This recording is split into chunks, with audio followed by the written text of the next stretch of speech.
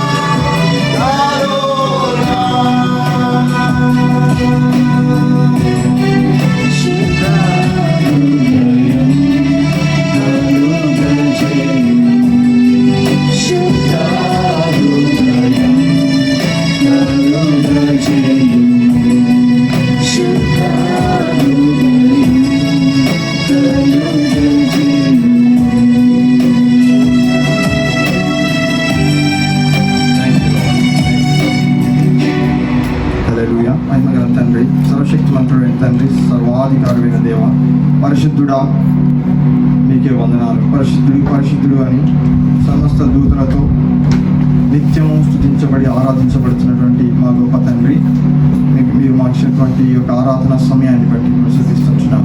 అవునైనా శుద్ధ హృదయంతో మిమ్మల్ని ఆరాధించే వారంగా, మిమ్మల్ని వెంబడించే వారంగా ప్రభా, మిమ్మల్ని మహిమపరిచే వారంగా, మిమ్మల్ని స్తుతించే వారంగా తండ్రి, నిజమైనటువంటి ఆరాధనను అవును తండ్రి, మా యొక్క లైఫ్ని ప్రభా సజీవ యాగంగా మీ యొక్క పాదాల సన్నిధిలో ఉంచి అటువంటి ట్రూ వర్షిప్ని మీకు ఇవ్వగలిగినటువంటి ఆ యొక్క దమ్మును ప్రభా సత్తాన్ని మాకు దయచేయండి. జయ జీవితం కలిగినటువంటి మన క్రైస్తవ జీవితంగా మా జీవితాలు ఉండడానికి మేము పరిశుద్ధాత్మ శక్తిని నడిపింపును దయచేయండి తండ్రి. మమ్మల్ని సన్నిలో అభ్యర్థించున్నాం. మీరు ఇంతవరకు మాకు ఆరాధనలో ఉండి నడిపించారని నమ్ముచుంటున్నాం. మీకు వందనాలు ప్రభావం పొందినటువంటి సమయాన్ని ఇస్తాను చెప్తున్నాను. మీ యొక్క దాసుని ఎక్సల్ చాట్ను మరుగుపరిచి మాకు అవసరమైనటువంటి ఆత్మీయ ఆహారం మీ యొక్క వాక్ ద్వారా మాకు దయచేసి వాళ్ళు తృప్తిపరిచి మరి తండ్రి మేము మీ యొక్క మార్గంలో ఇంకెక్కువగా నడవడానికి ఈ యొక్క సమయాన్ని ఆశీర్వాదం మాకు చేయమని వేడుకుంటూ మా ప్రభుని యేసుక్రీస్తు వేడుకుంటున్నాం తండ్రి.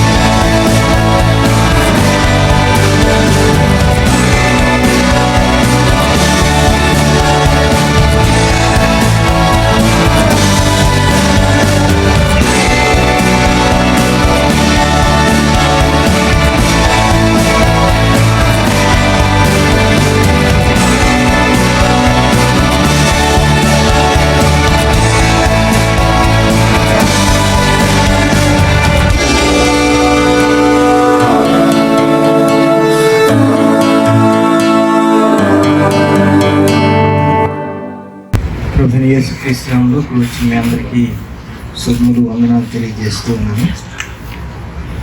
మరొక చక్కటి పునరుత్థాన దినాన ఆయన దివ్యమైన సంఘంలో చేరి ఆయన నామాన్ని ప్రసిద్ధి చేసే కృపను అనుగ్రహించినటువంటి దేవునికే మహిమ. హల్లెలూయా, హల్లెలూయా. దైవ సంకలనం అనేటటువంటి సిరీస్ని మనం గత వారం ఆరంభించి మరి పోయిన వారం మనం ఒక సందేశాన్ని మనం చూసాం. ఎవరికన్నా జ్ఞాపకం ఉందా? ఏంటో సందేశం పేరు? మిస్టరీ, మర్మం. ఇది 9 వారాల సందేశాలు. అయితే దైవ సంకలనం అంటే ఒక మాట చెప్పాలి, ఎందుకంటే చాలామంది కొంచెం కన్ఫ్యూజన్గా అనిపిస్తున్నటువంటి పదంగా ఉంది. ఎందుకంటే అది వాడుక పదం కాదు సంకలనం అనేటటువంటి. యూజువల్ సంకలనం అంటే అది పుస్తకంలో మనం చూస్తాం. సంకలనం అంటే పట్టి అని, లేకపోతే అంటే కంపైలేషన్, అంటే దేవునికి ఎన్నో గుణగణాలు, ఎన్నో క్యారెక్టరిస్టిక్స్ ఉన్నాయి కదా, వాటిని అన్నీ మనం ధ్యానం చేయలేము. దాదాపు 400 పైచిలకు నామాలు ఉన్నాయని వాటన్నిటినీ మనం ధ్యానం చేయలేము. కానీ కొన్నిటిని ప్రాముఖ్యమైనట్టుగా మనకు, ఎందుకంటే మనం దేవుని గురించి కొన్ని అభిప్రాయాలు ఆల్రెడీ కలిగి ఉన్నాం. అయితే అవి ఎంతవరకు సరైనటువంటి అభిప్రాయాలు అనేది మనం ఒకసారి చెక్ చేసుకోవడానికి, లేదా రాంగ్ అభిప్రాయం ఏమన్నా కలిగి ఉంటే ఈ సమయంలో దాన్ని తొలగించి ఒక న్యూ పెయింటింగ్ దేవుని గురించినటువంటిది మన మస్తిష్కంలో ముద్రించుకోవడానికి ఈ సిరీస్ ఎంతగానో ఉపకరిస్తుంది. దేవునికి మేము కలుగుగాక. హల్లెలూయా. సో యెషయా గ్రంథము 6వ అధ్యాయము ఓపెన్ చేసి పెట్టుకున్నట్లయితే మరి కొద్దిసేపులో అక్కడికి వెళ్దాం. మీరందరూ చాలామంది సెల్టిక్ లేదా కెల్టిక్ ట్రెడిషన్ గురించి వినుంటారు, అట్లీస్ట్ కొంతమంది. అంటే ఆ ట్రెడిషన్ ఏం చేస్తుందంటే యూజువల్గా అంటే నేచర్ని ఆరాధన చేస్తున్నటువంటి ట్రెడిషన్ అన్నమాట. అంటే వాళ్ళకు ఉన్నటువంటి అభిప్రాయం ఏంటంటే ఈ భౌతికపరమైనటువంటి నేచరు మరి సూపర్ న్యాచురల్ ఎక్కడ మీట్ అవుతుందో దాన్ని థింగ్ ప్లేసెస్ అంటారు. ఉదాహరణకి మనం ఇలా చూస్తుంటే ఇదంతా ఎక్కడో కలుస్తుంది అన్నట్టుగా అనిపిస్తుంది. చిన్నప్పుడు అనుకుంటూ ఉంటాం, అది ఈ ఆకాశం ఎక్కడో కలుస్తుంది, ఎంత దూరం ప్రయాణం చేసినా అది కలిసినట్టు మాట ఎక్కడా చూడం కదా. కానీ ఒకసారి 90s నేను మొట్టమొదటిసారి వైజాగ్ వెళ్ళాను. నా మిత్రుడు నేను కలిసి అక్కడి నుంచి వాళ్ళ రిలేటివ్స్ ఇంటికి 100 కిలోమీటర్ల దూరంలో ఉన్నటువంటి పాడేరు అనేటటువంటి ప్లేస్కి వెళ్ళాం. పాడేరు అనేటువంటి ప్లేస్ ఒక కొండ మీద, చాలా పెద్ద పర్వతం మీద ఉంటుంది. అది అక్కడికి వెళ్తున్నప్పుడు, బహుశా అది వింటర్ సీజన్ అనుకుంటా, బస్సులో వెళ్తున్నాము.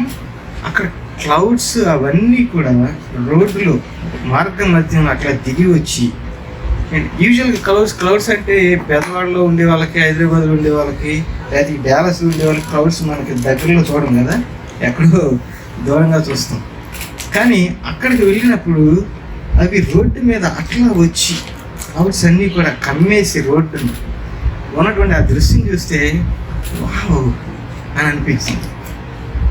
ఎప్పుడైనా అట్లాంటి దృశ్యం చూసినప్పుడు నిజంగా మనం ఆహా ఎంత అద్భుతమైన దృశ్యం అనుకుంటూ ఉంటామా?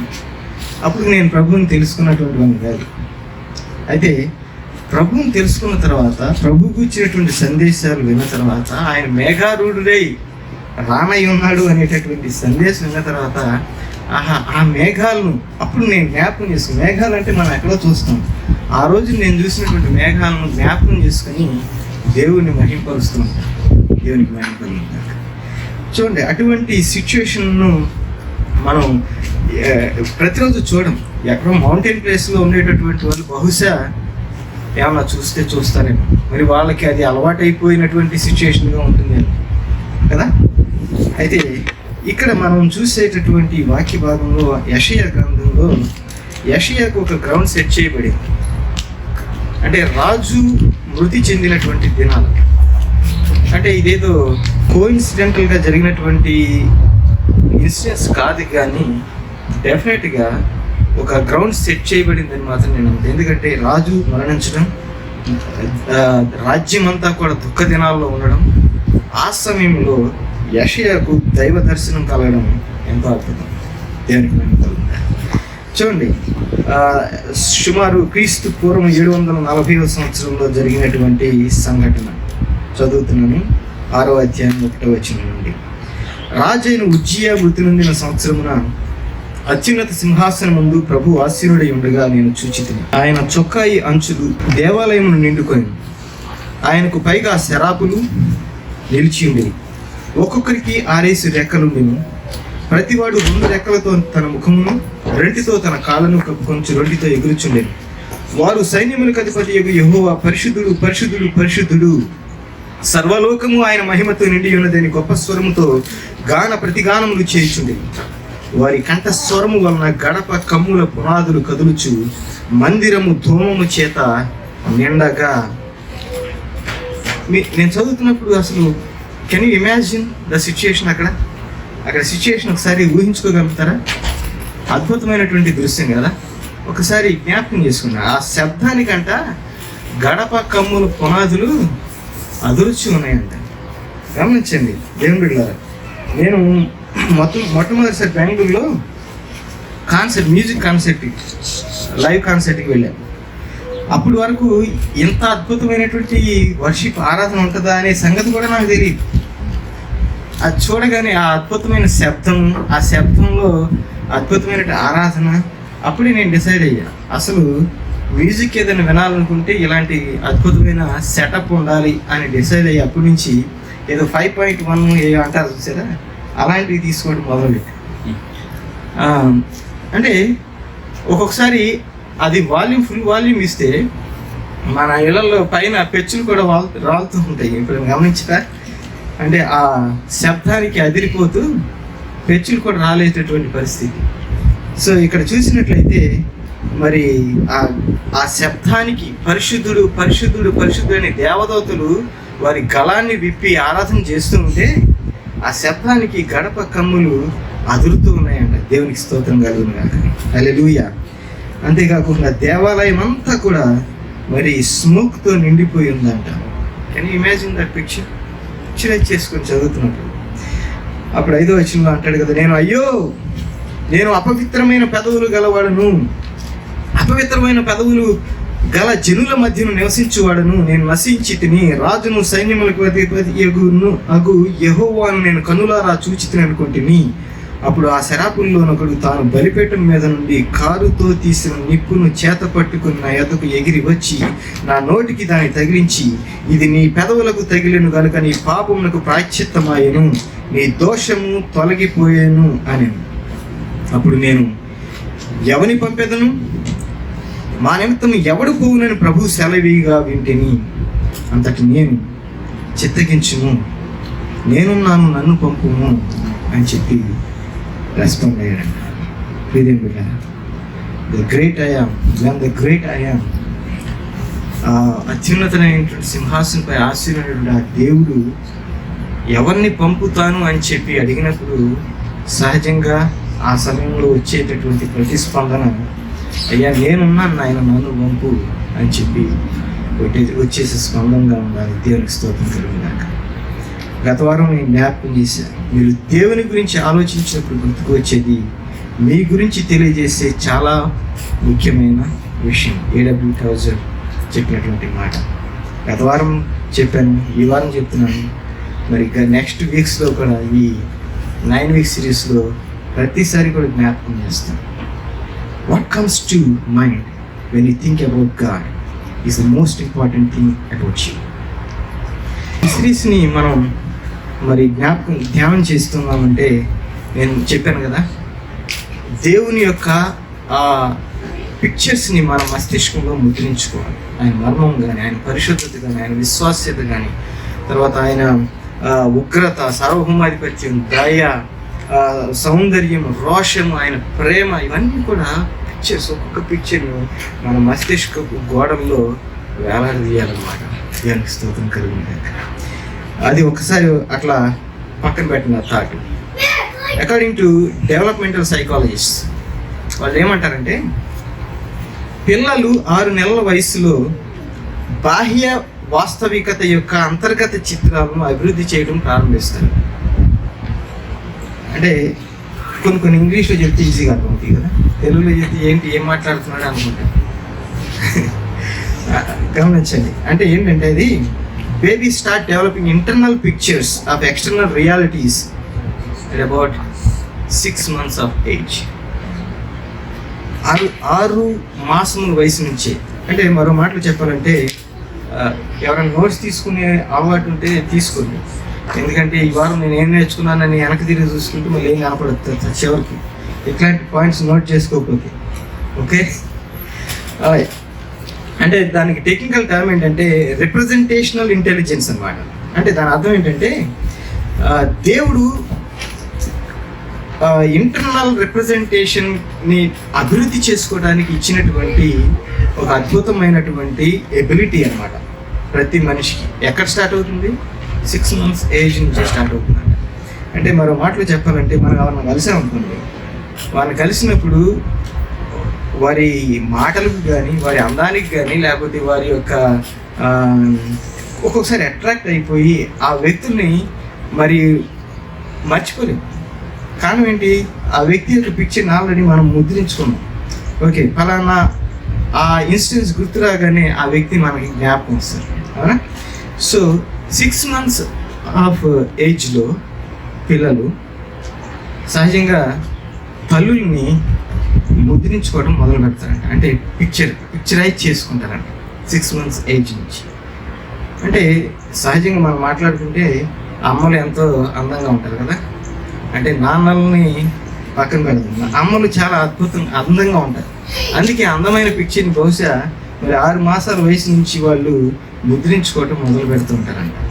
నాన్నలు సహజంగా కొంచెం అగ్లీ ఫేసెస్ ఏంటి, అందుకే కొంచెం ఆ అగ్లీ ఫేసెస్ని అంత ఎర్లీగా చూపించి వాళ్ళని భయభ్రాంతుల్ని గురి చేయకోకుండా మరి 8 మాసాల తర్వాత నుంచి మరి పిల్లలు నాన్నలను ముద్రించుకుంటూ ఉంటారంట.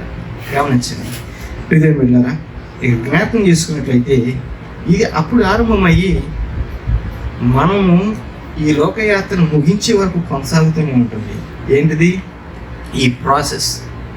ఏది? ఒక పిక్చరైజ్ చేసుకోవటం మనసులో. చూడండి, పిల్లల్ని మీరు చిన్నపిల్లల్ని గమనించినట్లయితే ఇంట్లో ఏది ఎక్కడ ఏముందో వాళ్ళందరికీ అన్నీ తెలుసు. అమ్మ వాళ్ళకి వెళ్తారు, అక్కడ ఏముందో తెలుసు.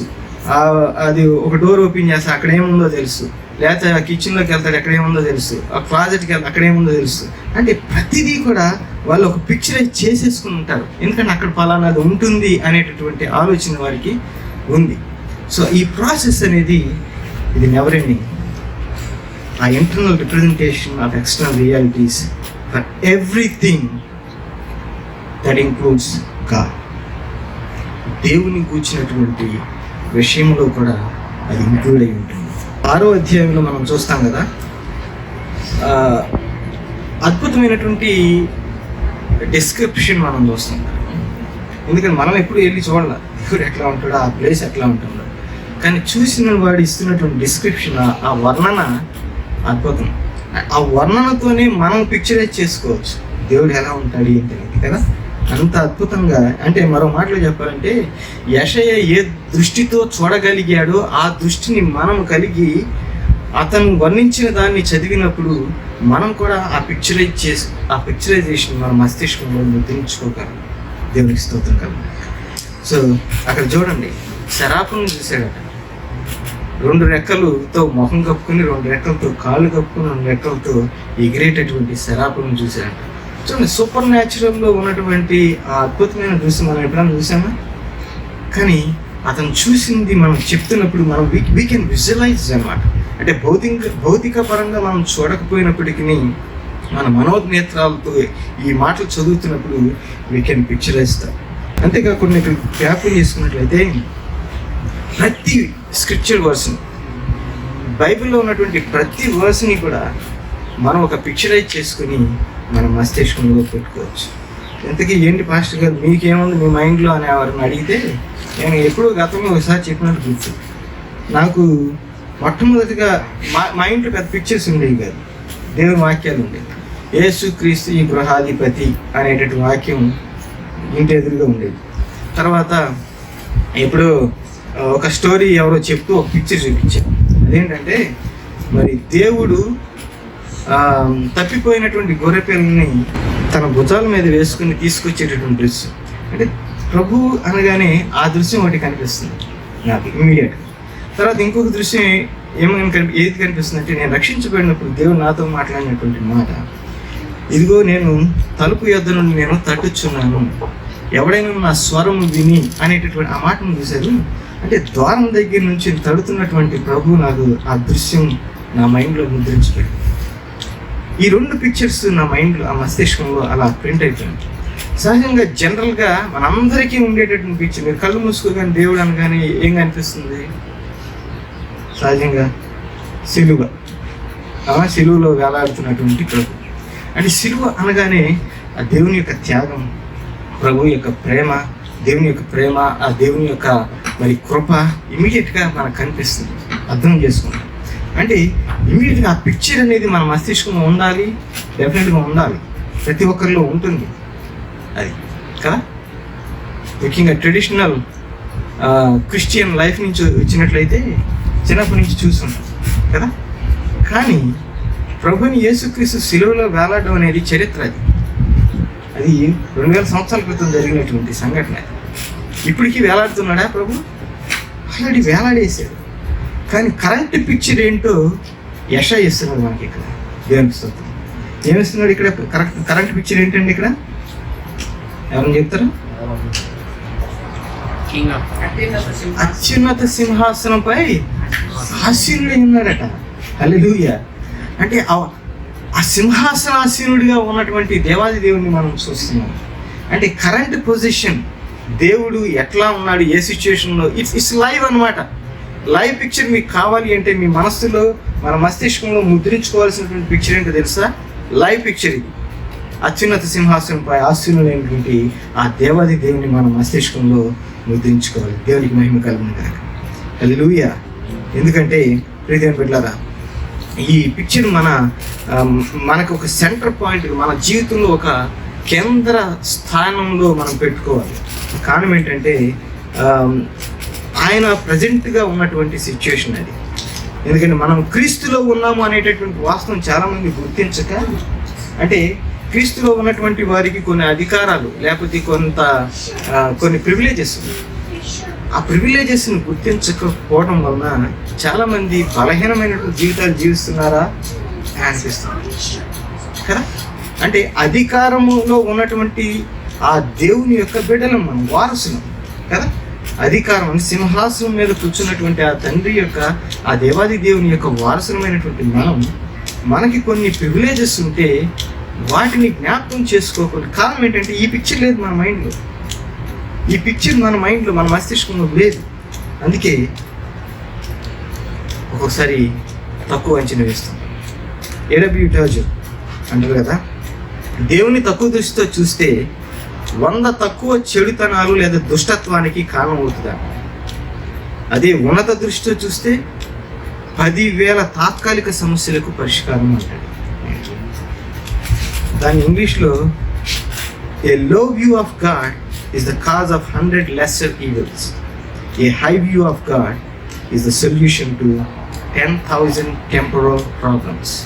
ఏమొస్తుంది మీరు గమనించండి. ఎందుకు ఈ లో వ్యూ వస్తుందంటే సరైనటువంటి పిక్చరైజేషన్, దేవునికి ఇచ్చినటువంటి అవగాహన మనలో లేకపోవడం. ఇప్పుడు ఇది కరెంట్ పొజిషన్, దేవుని యొక్క స్థానం ఏంటి, ఆయన ఎక్కడున్నాడో సరైనటువంటి ఆ పిక్చర్ మనలో లేకపోవడం వలన ఒక్కొక్కసారి లో వ్యూతో ఉంటూ ఉంటాం. అదే హై వ్యూలో ఉన్న మనం ఒకసారి చాలా సందర్భాల్లో ప్రార్థనలు పెడుతూ ఉంటాం. కొన్నిసార్లు మనకు హై వ్యూ ఉంటుంది. ఆ ప్రార్థన చేసినప్పుడు ఇదంతా నా తండ్రిదే అనేటటువంటి ఆలోచన వచ్చినప్పుడు వీ క్లెయిమ్ అన్నమాట కదా, వీ క్లెయిమ్. ఎందుకంటే ఇది నా తండ్రిది, నా దేవునిది అనేటటువంటి మనం క్లెయిమ్ చేస్తుంటాం. అంటే ఇమ్మీడియట్గా మనకి అది ఎవరిదన్నప్పటికీ ఏదైనప్పటికీ ఇది మనది అనుకున్నప్పుడు, మనం క్లెయిమ్ చేసినప్పుడు దేవుడు కొన్ని సందర్భాల్లో మనం ఇవ్వటాన్ని, మనం పొందుకోవడానికి మనం చూస్తాం. అలాగే ఇంకొక సందర్భంలో ప్రభు అంటే స్వస్థతను గురించి మాట్లాడుతాం.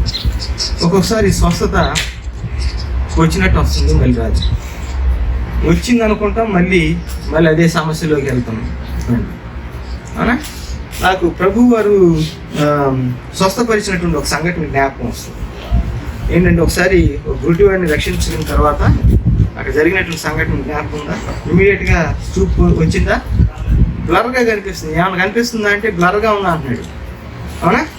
అంటే రాలా. మళ్ళీ ఒకసారి ప్రార్థన చేశాడు ప్రభు. అప్పుడు ఎలా ఉంది? మళ్ళీ కంప్లీట్ వచ్చిందా? 20-20 50-50 అన్నట్టు కదా. ఆ తర్వాత కంప్లీట్ హీలింగ్ మనం చూస్తాం.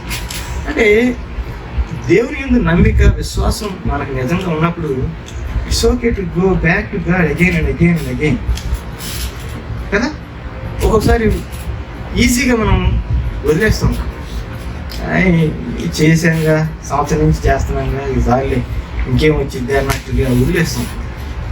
కానీ ఆ నమ్మకం, విశ్వాసం విడిచిపెట్టకుండా కంటిన్యూగా మనం ప్రార్థించేట్లయితే అప్పుడు మనం వదిలేసినప్పుడు నిజంగా చేయాలనుకుంటాడేమో దేవుడు, అప్పుడు మనం మిస్ అయిపోతూ ఉంటాము అని మనం ఆలోచించాలి. అందుకే హై వ్యూ అనేది చాలా చాలా ప్రాముఖ్యమైనటువంటి విషయం అనేది మనం మర్చిపోకూడనటువంటి విషయం. ఇక్కడ మనం హై వ్యూ అనగానే నాకు జ్ఞాపకం వచ్చేది ఏంటంటే ఇమీడియట్గా ఈ మొదటి వచనంలో అత్యున్నత సింహాసనంపై ఆసీనుడైనటువంటి దేవుడు. అలాగే 66వ అధ్యాయం యెషయా గ్రంథంలోనే 1వ వచనంలో భూమి ఏమిటట? ఆయనకు పాదపీఠంగా ఉంది. అంటే సింహాసనం మీద కూర్చున్నాడు, ఈ భూమి ఏమో ఆయన పాదపీఠంగా ఉంది. ఒకసారి ఎప్పుడైనా ఈ క్లెయిమ్ చేశారా? ప్రార్థన చేస్తున్నప్పుడు చిన్న సింహాసనంపై కూర్చున్నాను ఆయన, ఇదిగో ఈ భూమి మేము నివసిస్తున్నటువంటి ఈ భూమి పాదపీఠంగా ఉంది ప్రభువా అని చెప్పి ఎప్పుడైనా క్లెయిమ్ చేశారా? క్లెయిమ్ చేస్తాం. ఎందుకంటే దేవుడికి అంటే దాని అర్థం ఏంటంటే ఆ పిక్చర్ మనం కలిగి ఉన్నప్పుడు దాని అర్థం ఏంటంటే ఆయనకు అసాధ్యమైంది ఏమీ లేదు. సమస్తము ఆయనకు స్వాధీనంలో ఉన్నాయి, సమస్తము ఆయన కంట్రోల్లో ఉన్నాయి. మనము కూడా ఆయన స్వాధీనంలో ఉన్నటువంటి వారం అయినప్పటికీ మనకు ఒక అద్భుతమైన ఫ్రీ విల్ ఇచ్చి దేవుడు మనకు హుందాతనాన్ని ఇచ్చి, గౌరవం ఇచ్చి మనం నడిపిస్తూ ఉన్నాడు. దేవుడికి మేము కలిగినాయి.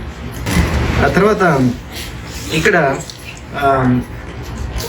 ఈ విషయం నేనైతే చెప్పగలుగుతాను, కానీ మీ మైండ్లో, మీ హృదయంలో నేను ఆ ముద్ర వేయగలుగుతానా? ఆ పిక్చర్ నేను గీయగలుగుతానా? ఎందుకంటే నేను గీసుకోగలుగుతా ఆ పిక్చర్ని నా మైండ్లో. ఎందుకంటే నాకు అర్థమవుతుంది, నేను ఎక్స్ప్లెయిన్ చేస్తున్నాను, మీకు అర్థమవుతున్నప్పుడు మీరు చేయాలి తప్ప నేను మీ దగ్గరికి వచ్చి జేకబ్ గారు మీకు ఈ పిక్చర్ని తీసేద్దాం, ఇది చేద్దాం అని చెప్పి ఆయన మైండ్లోకి వెళ్ళి నేను వేయలేను ఆ పిక్చర్ని. అది ఆయన వేసుకోవాల్సిందే కదా. ఇట్స్ లైక్ మనం స్పోర్ట్స్ని గురించి జ్ఞాపకం చేసుకుంటే స్పోర్ట్స్లో కోచ్లు ఏం చేస్తూ ఉంటారంటే ఉత్సాహపరచడం కోసం టీం అందరితో కూర్చొని మాట్లాడుతుంటారు. అంటే ఏమంటారు,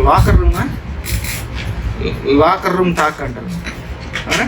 అంటే వాళ్ళు అంతసేపు అంత ఉపన్యాసం ఇచ్చి అంతగా మాట్లాడేటటువంటి చివరి సారాంశం ఏంటంటే హే గైస్ లెట్స్ విన్, మనం గెలవాలి, అదే కదా సారాంశం అందులో ఆ టాక్లో. అంటే జ్ఞాపకం చేసుకుంది. అట్లా చెప్పగానే వాళ్ళు గెలిచేశారా? ఆ లాకర్ రూమ్లో గెలుపు వచ్చేస్తుందా? వాళ్ళు వెళ్ళాలి, గ్రౌండ్లోకి వెళ్ళాలి, వాళ్ళు ఆడాలి. వాళ్ళు దాన్ని ఆ మాటలు ఇన్స్పిరేషన్గా తీసుకుని, ప్రోత్సాహకరంగా తీసుకుని ఆడి గెలిచి చూపించాలి. సంఘం అనేది లాకర్ రూమ్ లాంటిది. చర్చ్ అనేది లాకర్ రూమ్ లాంటిది. లాకర్ రూమ్లో ఏం జరుగుతుంది? పెప్టాక్, కొన్ని మాటలు, ప్రోత్సాహకరమైన మాటలు, ప్రోత్సాహపరిచేటటువంటి మాటలు. గ్రౌండ్లోకి వెళ్ళాలి. లోకంలోకి వెళ్ళినప్పుడు, మళ్ళీ మనం ఇంటికి వెళ్ళినప్పుడు ఈ వారం అంతా పోరాడాల్సింది ఎవరు? మనమే. అంటే ఈ పెప్టాక్ని తీసుకుని, ఈ సందేశాన్ని తీసుకుని, ఈ ప్రోత్సాహకరమైన మాటలను తీసుకుని ఈ వారం అంతా పోరాడి గెలవాల్సింది ఎవరు అంటే అందరం. ప్రియజనులారా జ్ఞాపకం చేసుకుని. సో అది ఎప్పుడు జరుగుతుందంటే somehow ఏదో రకంగా దేవుని యొక్క పరిశుద్ధత, ఆ ప్రత్యక్షత మనకు కలిగినప్పుడు పూర్తిగా మనం దేవుని సన్నిధిలో మనం పోరాడుతూ ఈ గ్రౌండ్లో మనం విజయం సాధించగలుగుతాం. దేవునికి స్తోత్రం. So how do we experience that?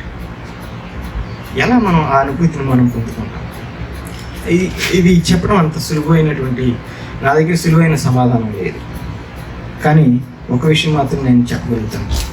అదేంటంటే ఆ అత్యున్నత సింహాసనంపై ఆశ్రయుడైనటువంటి వాడిని చూడాలి అంటే మనం నుంచుని చూడలేం, కూర్చుని చూడలేం, పడుకుని చూడలేం. అంటే మరో మాటలో నా భావం ఏంటంటే దేవుని సన్నిధిలో మోకాళ్ళ మీద ఉండి ప్రార్థనలో గడుపుతూ సాష్టాంగపడి దేవుని సన్నిధిలో నమస్కారం చేస్తూ, ఈ మధ్యకాలంలో ఎప్పుడైనా జరిగినాయి ఎట్లాంటివి? ఎప్పుడు వినుంటాం, గతంలో అట్లా చేసేవారు, అట్లా జరిగేది, మేము అప్పుడు అట్లా చేసేవాళ్ళం అని చెప్పి బహుశా మనం వినుంటాం, అది చెప్పుకుంటాం అట్లా. కానీ ఈ రోజుల్లో జరుగుతుందా? ఎందుకని జరగకూడదు? దేవుని సన్నిధిలో అదే రెవరెన్స్, అదే భయభక్తులు, మోకరించి ప్రార్థించి సాష్టాంగపడి అయ్యో దేవుని సన్నిధిలో ఆ తగ్గింపు స్వభావం అనేది చూసారా? ఆ తగ్గింపు స్వభావం ఏం చేస్తుందంటే అద్భుతమైనటువంటి మరి రెవల్యూషన్ మనకి అనుగ్రహిస్తుంది.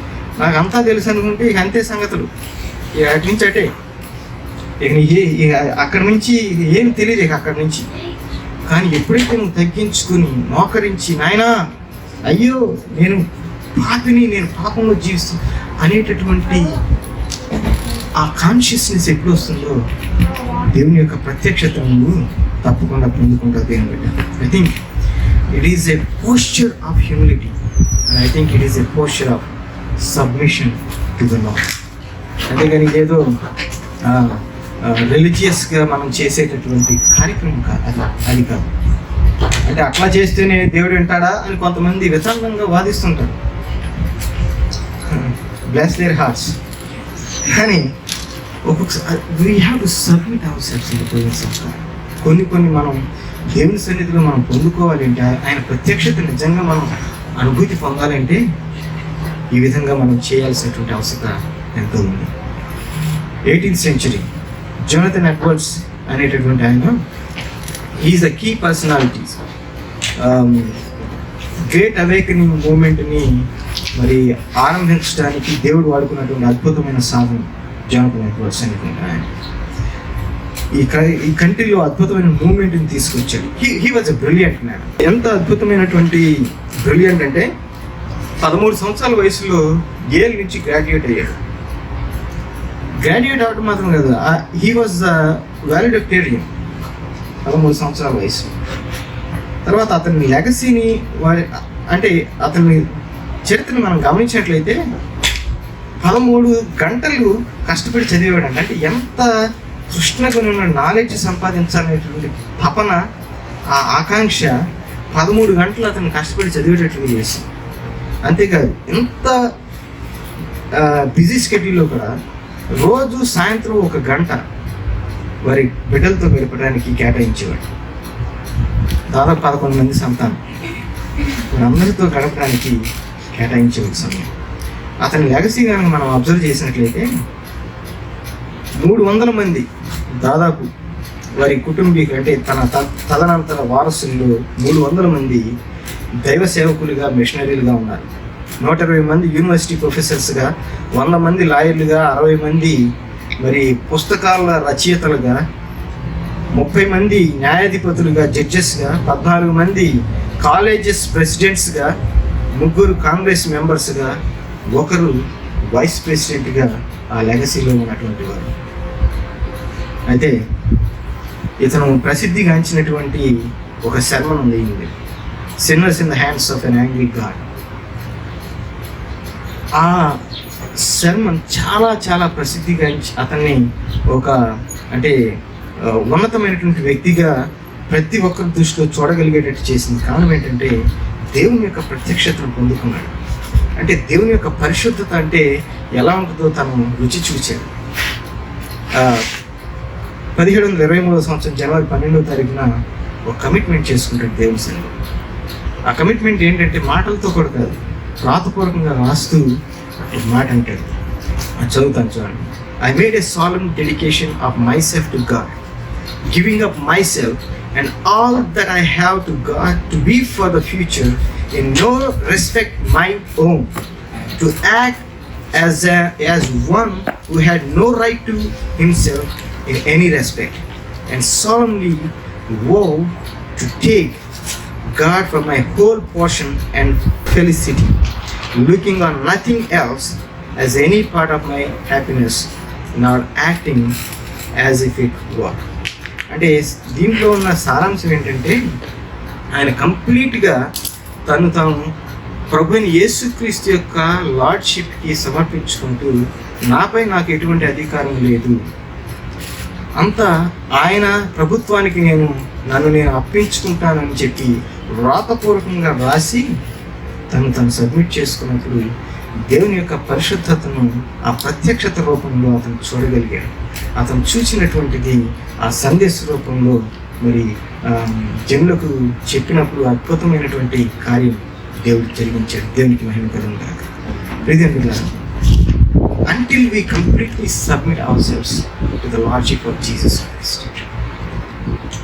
దేవుని యొక్క హోలీనెస్, ఆ పరిశుద్ధతను మనం, ఆ ప్రత్యక్షతను మనం పొందుకొని యెషయా ఆ దర్శనం ద్వారా మనం గమనించింది అద్భుతమైనటువంటి దర్శనం మాట. అయ్యో, ఆ మాటను గమనించారా?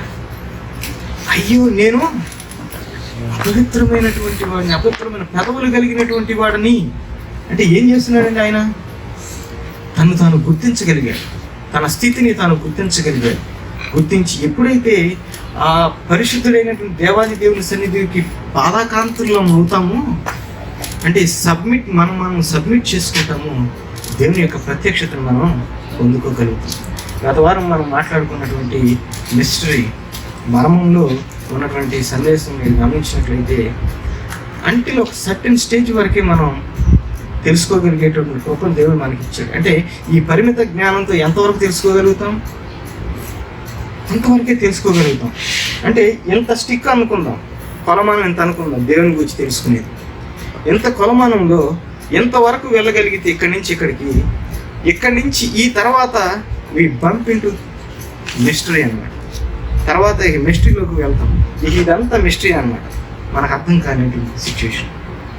సో అంటే మన పరిమిత జ్ఞానంతో కొంతవరకే తెలుసుకుంటాం, కానీ ఆ తర్వాతది అంత మిస్టరీ.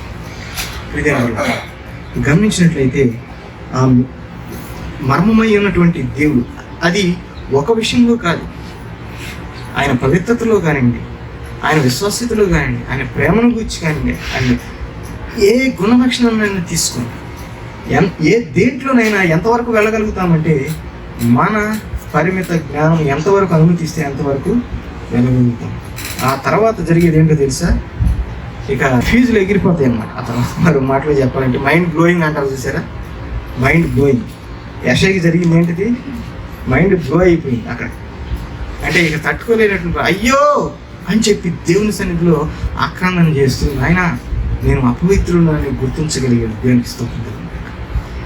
ఇదేమిలా హోలీ హోలీ హోలీ అనేటువంటి మాటని మనం జ్ఞాపకం చేసుకున్నట్లయితే పరిశుద్ధత, పరిశుద్ధుడు పరిశుద్ధుడు పరిశుద్ధుడు మనకు అర్థమవుతుంది. తెలుసు, ఈ పదాలు విన్నాం, కానీ దాని అర్థం ఏంటో సరిగ్గా తెలియదు. తెలుసా? పరిశుద్ధత, పరిశుద్ధుడు పరిశుద్ధుడు. ఎప్పుడు మాట్లాడుతూనే ఉంటాం, పరిశుద్ధత గురించి మాట్లాడతాం, కానీ పూర్తిగా అవగాహన మనకి ఉందా? తెలిసినట్లుగా ఉంటూ ఉంటాం. పరిశుద్ధత గురించి పాట పాడినప్పుడు ఒక్కొక్కసారి నిజంగా కాన్షియస్లోకి వెళ్ళి అసలు ఏంటి పరిశుద్ధతను ఆలోచన చేస్తే మనం అంటే వేషధారణ చేస్తున్నామా అన్నట్లు అనిపించుకోకుండా మానదు. ఎందుకంటే నాకు పూర్తిగా తెలియదు పరిశుద్ధత గురించి, కానీ నేను పాడుతున్నాను. ఒక్కొక్కసారి అందుకే ఆరాధన చాలా పవర్ఫుల్. ఆరాధన ఎంత పవర్ఫుల్ అంటే అందులో నుంచి ఉచ్చరించేటటువంటి ప్రతి మాట మనం ఎవరితో మాట్లాడుతున్నాం, ఎవరికి ఇస్తున్నాం? దేవునితో, దేవుని సన్నిధిలో, అంటే దేవునికి చెప్తున్నాం. అంటే ఎంత అద్భుతమైనటువంటిదో కదా.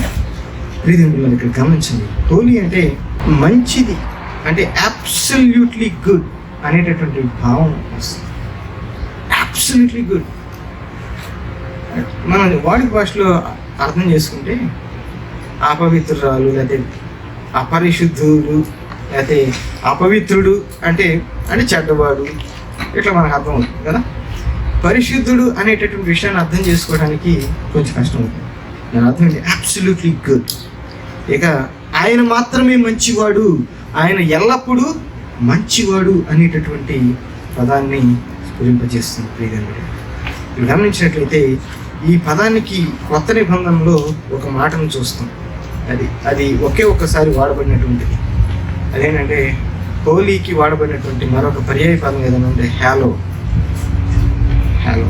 ఎక్కడ వాడతాం? అది లార్డ్స్ ప్రేయర్లో మనం వాడతాం. హ్యాలో బి మై నేమ్, నీ నామము పరిశుద్ధపరచబడిన గాక అనేటటువంటి మాట వాడతాం. అంటే దాని అర్థం ఏంటంటే మనము మన హృదయములో ఆయన్ని పరిశుద్ధుడిగా స్వీకరించాలి, లేకపోతే పరిశుద్ధపరచాలి అనేటటువంటి భావం వస్తుంది ఇక్కడ. ఏంటంటే హృదయంలో పరిశుద్ధపరచడం ఏంటి, ఇది సాధ్యమేనా అని అనిపిస్తుంది ఒక్కొక్కసారి. చాలా కష్టమైనటువంటిది. ఎంత కష్టం అంటే అసలు దేవుని మనం నిజంగా మన హృదయంలో మనం పరిశుద్ధంగా మనం చూసుకోగలమా అనేటటువంటి ప్రశ్న తప్పకుండా తలెడుతుంది. వీరేంద్రులు గమనించినట్లయితే యెషయా అంటాడు కదా, అయ్యో ఎప్పుడైతే దేవుని సన్నిధిలో తాను తగ్గించుకున్నాడో ఇటువంటి మాటను ఆటోమేటిక్గా మనం మాట్లాడగలుగుతున్నాం. అసలు ఈ మాటలు ఈ మధ్యకాలంలో మనం మిస్ అయిపోతున్నాం. అసలు ఇదొక పదం ఉందనే సంగతి ఎంతమంది జ్ఞాపకం ఉందో. అయ్యో అని దేవుని సన్నిధికి వచ్చినప్పుడు దేవుని సన్నిధిలో మనం ప్రాధేయపడాలి అనేటటువంటి విషయం ఎంతమంది జ్ఞాపకంలో, ఎంతమంది మన పిల్లలకు మనం నేర్పిస్తున్నాము అయ్యో అనేటటువంటి మాట కదా. ఎందుకంటే ప్రియదేవునికి జ్ఞాపకం చేసుకోండి, మనం అయ్యో అనేటటువంటిది మిస్ అయితే ఆహా అనేటటువంటి మూమెంట్ని మనం మిస్ అయితే. మరో మాటలో చెప్పాలంటే without the oh of God you cannot enter into the wow of God. ఎందుకంటే ఎప్పుడైతే నువ్వు కన్ఫెస్ అయ్యి ఒప్పుకొని పశ్చాత్తాప్తుడు అయి దేవుని సన్నిధిలో బాధపడి అయ్యో అనేటటువంటి సిచ్యుయేషన్, ఆ సినారియోకి నువ్వు రాగలుగుతావో అప్పుడే దేవుని యొక్క ప్రత్యక్షతను, దేవుని యొక్క పరిశుద్ధతను దేవుడు నీకు అనుగ్రహించగలుగుతాడు. So we underestimate the mercy of God because we underestimate the holiness of God. ఇవన్నీ కూడా ఒకదానికొకటి ఇంటర్ రిలేట్ అయినటువంటి పదాలు. మెర్సీ కానీ, కృప కానీ, లేకపోతే ప్రేమ కానీ, ప్రతిదీ ఆయన క్యారెక్టరిస్టిక్స్ ఏది తీసుకున్నా ఒకదానికొకటి ఇంటర్ రిలేట్గా ఉన్నటువంటి పదాలు. మీకు దేవుని పవిత్రత గురించి పూర్తి అవగాహన లేకపోతే దేవుని యొక్క ప్రేమను లేదా దేవుని యొక్క దయను అర్థం చేసుకోవడం అనేది చాలా కష్టమైపోతుంది. అంతేకాదు మన హృదయంలో పాపం యొక్క మరి దుర్మార్గత అది చేసేటటువంటి నడిపించేటటువంటి గమ్యం మనం గుర్తించకపోతే దేవుని యొక్క కృపను మనం అప్రిషియేట్ చేయలేము. గమనించండి. కాబట్టి మీరు దేవుని పవిత్రతను, మనందరం కూడా దేవుని పవిత్రతను చౌకగా చూడద్దు. అలా చౌకగా చూసినప్పుడు మనం ఏం చేస్తామంటే దేవుని యొక్క కృపను తగ్గిస్తాం. దేవుని యొక్క కృపను చౌకగా చూస్తున్నాడు. అందుకే what we want the mercy of God. చాలా సందర్భాల్లో మన అందరికీ దేవునికి అనుగ్రహం కృప కావాలి, కానీ ఆయన పవిత్రత మాత్రం ఎట్లా సాధ్యమవుతుంది? ఆయన గుణలక్షణాల్లో ఇదొకటే భాగమే కదా. ఏదైనా మిస్ అయినా, నేను చెప్పాను కదా, ఒకదానికొకటి ఇంటర్లేట్ అయ్యంటే ఏది మిస్ అయినా ఇంకొకటి నువ్వు మిస్ అయ్యేది మాత్రం. కృప కావాలి పరిశుద్ధతతో, దయ కావాలి పరిశుద్ధతతో, అంటే అది కష్టమైనటువంటి ప్రియదండ్రులు జ్ఞాపకం చేసుకోవాలి. అందుకే దేవుని సన్నిధిలో పరిశుద్ధతను కలిగి ఉండి జీవించడానికి మనం ముందుకు కొనసాగబద్దులమైనది. జాషువా 24:19 మాటలు చూస్తాం. జాషువా 24:19 యెహోవా పరిశుద్ధుడు అనేటటువంటి మాటలు చూస్తాం. అంటే ఈ మాట చాలా ప్రత్యేకమైనటువంటి మాట. ఇది జ్ఞాపకం చేస్తున్నట్లయితే ఇది ఒక ప్లూరల్స్ వర్డ్ అనమాట. పరిశుద్ధత ఇక్కడ వాడబడినటువంటి పరిశుద్ధత ప్లూరల్లో వాడబడినటువంటి ఏంటంటే దాని అర్థం ఏంటంటే it means God is Holi in every way imaginable. ప్రతి విషయంలో కూడా ఆయన పరిశుద్ధుడు అనేటటువంటి విషయాన్ని మనం మర్చిపోకూడదు. ప్రియమిత్రులారా, దేవునికి వచ్చినటువంటి ఆ 3వ ఆజ్ఞ చూసారు. దేవుడికి ఇచ్చిన ఆజ్ఞలో 3వ ఆజ్ఞ ఏంటి? ఎవరైనా జ్ఞాపకం చేయండి.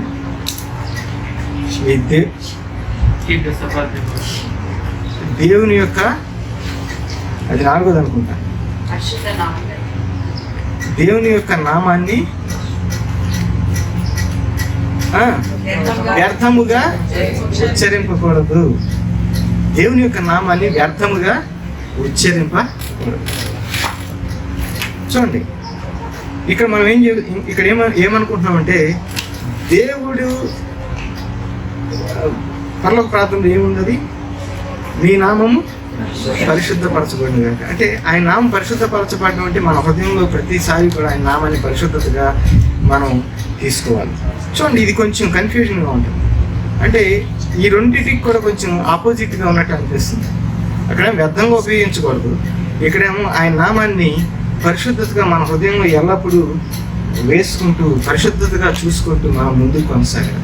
ఇది కొంచెం కాంట్రవర్సీగా అనిపిస్తుంది. కానీ ప్రియమిత్రులు గమనించినట్లయితే దేవుని సన్నిధిలో దేవుని యొక్క నామాన్ని, ఆయన నామానికి ఇవ్వాల్సినటువంటి ప్రాముఖ్యత మనం ఇవ్వాలి.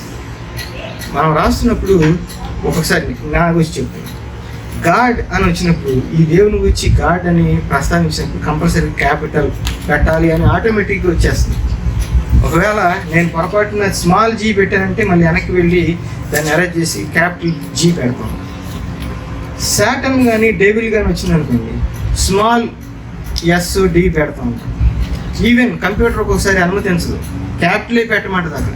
కానీ అక్కడికి వెళ్ళి వెనక్కి వెళ్ళి సరిచేసి అవసరమైతే దాంట్లో డిక్షనరీలో ఎక్కించి ఇక నుంచి దానికి అలవాటు చేసి స్మాల్ బ్యాట్. అంటే నా భావం ఏంటంటే, దేవుని యొక్క నామాన్ని ఉన్నతమైనటువంటి నామంగా మనం ఇప్పుడు కూడా మన మైండ్లో పిక్చరైజ్ చేసుకుని మీరు గమనించినట్లయితే యూదులకు ఉన్నటువంటి ఒక ఆచారం ఏంటంటే, దేవుని యొక్క నామాన్ని వ్యర్థంగా వారు ఉపయోగించరు. అందుకే వారికి 5 దారుణమైనటువంటి అంటే అన్ఫర్గివబుల్ సిన్స్ ఉన్నాయంట. అందులో ఒకటేంటంటే దేవుని నామం అనవసరంగా వాడకూడదు అనేది. అందుకే వాళ్ళు ఏం చేస్తారు తెలుసా? దేవుని నామం అనవసరంగా వాడకుండా ఉండడం కోసం యెహోవా అనేటటువంటి ప్లేస్లో, యావే అనేటువంటి ప్లేస్లో అడోనాయ్ అనేటటువంటి పదాన్ని ఉపయోగిస్తుంటారు. అంటే అంతేకాదు, ప్రతి ఒక్కరు అదే ట్రెడిషన్ ఫాలో అవుతుంటారు. 7 సంవత్సరాలకు ఒకసారి ఆ సేజెస్ ఏం చేస్తుంటారంటే, వారి శిష్యులకి ఆ నామం ఎలా ఉచ్చరించాలో, అంటే ఆ కంటిన్యూటీ పోకోకుండా 7 సంవత్సరాలకు ఒకసారి వాళ్ళు నేర్పిస్తుంటారండి. ఎలా ఉపయోగించాలి. ఎందుకంటే ఏ మాత్రం తప్పుగా ఉచ్చరించిన, అంటే తప్పుగా ఉచ్చరించడానికి కూడా వారు ఇష్టపడినటువంటి సిచ్యువేషన్. అంటే దీంట్లో ఏదో అక్షరార్థంగా తీసుకోమని నేను చెప్పట్లేదు, కానీ దాంట్లో ఉన్నటువంటి పవిత్రతను మనం అర్థం చేసుకుందాం. అంటే దేవుని యొక్క నామము ఎంత ఉన్నతమైనదిగా వారు భావిస్తున్నారు. దేవుని ఆ నామాన్ని అంత ఉన్నతమైనదిగా భావించినప్పుడు మనం కూడా దేవుని యొక్క నామాన్ని ఎంత ఉన్నతమైనదిగా భావించాలి. ప్రియమిత్రులారా, ఆ గో ఆఫ్ గాడ్ అనేది మిస్ అయిపోతుందా అని అట్లా అనిపిస్తుంది. మనం ప్రియదేవులు గమనించాలి, దేవుడు పరిశుద్ధుడు, absolutely good. He is good అంటే ఆయన మాత్రమే మంచివాడు, అంతే కదా. ఆయన ఎల్లప్పుడూ మంచివాడు. దాదాపుగా 400 పేర్లు బైబిల్ గ్రంథంలో చూస్తాం. అవన్నీ కూడా మన మైండ్లో ఇప్పుడు పిక్చరైజ్ చేసుకున్నాం. కానీ ఎప్పుడైతే దేవుని సన్నిధికి వెళ్తామో ఆ ఎటర్నిటీలోకి వెళ్ళినప్పుడు అవన్నీ తేలిగ్గా మనం పిక్చరైజ్ చేసుకోవచ్చు కదా. అయితే whenever we worship together here, what we really do is, it is a warm up for what we will experience there. అక్కడ ఏ అనుభూతిని అయితే మనం పొందబోతున్నామో ఆ అనుభూతికి ఇక్కడ వార్మింగ్ అప్ అన్నమాట. Thank you Jesus. ఎటువంటి పిక్చర్ దేవుని గురించి కలిగి ఉన్నావు దేవుడ? ఆయన పరిశుద్ధతను గురించిన నీకు అవగాహన ఉంది. ఎలా నువ్వు పొందుకుంటావు ఒకసారి యోచించుకో. Hallelujah. Hallelujah. Hallelujah. Thank you, Jesus. Thank you, Jesus.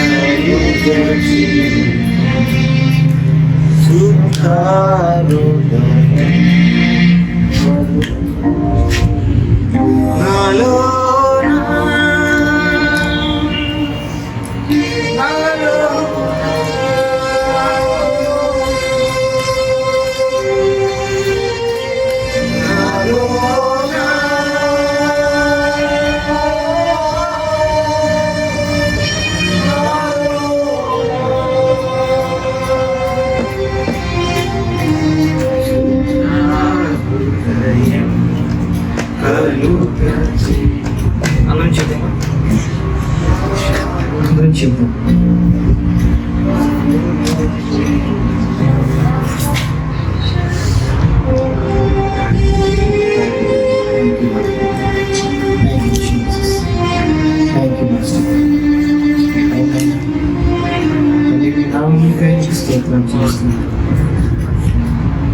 అయినా మేమందరం కూడా ఈ సమయంలో ప్రభు ఈ సన్నిధిలో ఎంత గొప్ప పరిశుద్ధులు యెషయా చూసినటువంటి దృశ్యాన్ని ఒకసారి మా మనోనేత్రాలతో చూడగలిగేటటువంటి కృప మాకు అనుగ్రహించేందుకు జీవిస్తున్నాం.